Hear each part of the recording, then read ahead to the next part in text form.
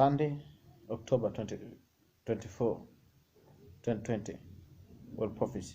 I pray because I see an attack in Nation KYRGYZSTAN. I pray in Jesus' name. One person has been killed and over 590 people have been injured in the clashes that have erupted in Kyrgyzstan following the results of the recently concluded parliamentary polls. Protesters have launched allegations of vote rigging in these elections.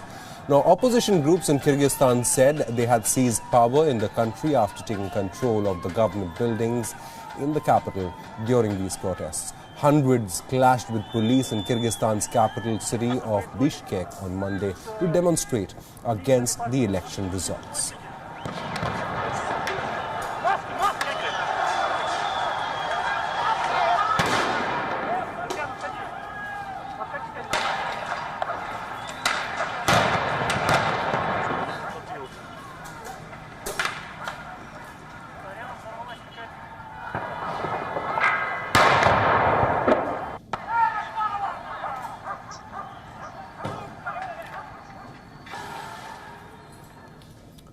Joining us on this broadcast is Julia Chapman, who joins us from Moscow. Julia, we are seeing these visuals coming out of Bishkek, and the situation seems really tense on the ground. What can you tell us? What's the latest situation on the ground?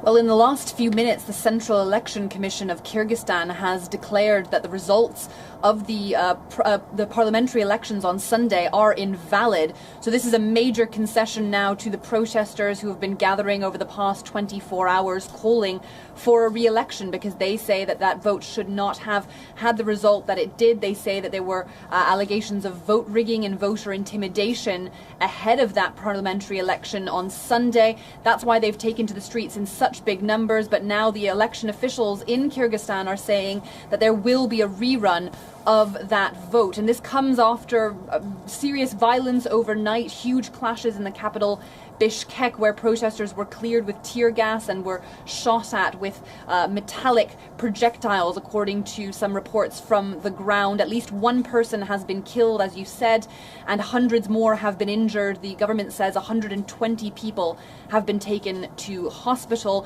Protesters have taken over the main government building in the capital Bishkek. They say they've also freed the former president, Almazbek Atambayev, and now there are huge questions as to who is really in charge in the country right now.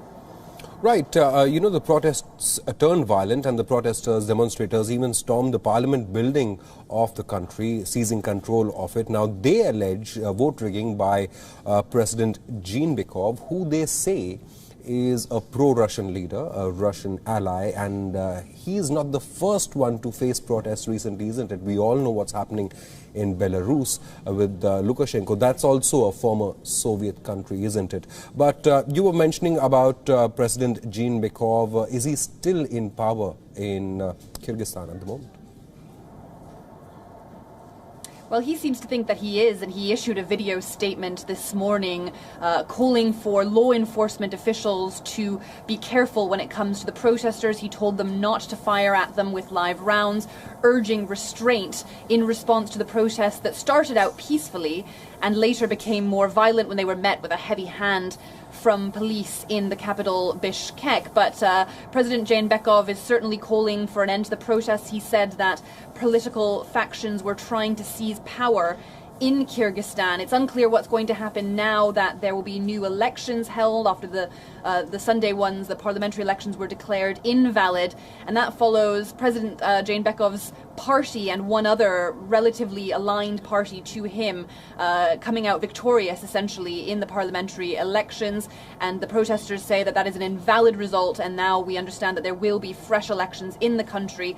It's unclear when that's going to happen, and it certainly could have serious ramifications for the future of Kyrgyzstan, which is known really as the only democracy in Central Asia. It's had a number of different leaders over the years when neighboring countries have been led by authoritarian rulers for decades. And of course, we've seen previous revolutions in Kyrgyzstan in 2005, in 2010. Both times the circumstances were a little bit different, but there have certainly been a number of very big protests in the country in history, and we don't know exactly what's going to happen yet, but this certainly does appear to be yet another moment, another turning point for Kyrgyzstan. Julia, thank you so much for joining us and getting us all the latest. As Julia is telling us, Kyrgyzstan may in fact hold polls again after these widespread demonstrations rocked the nation.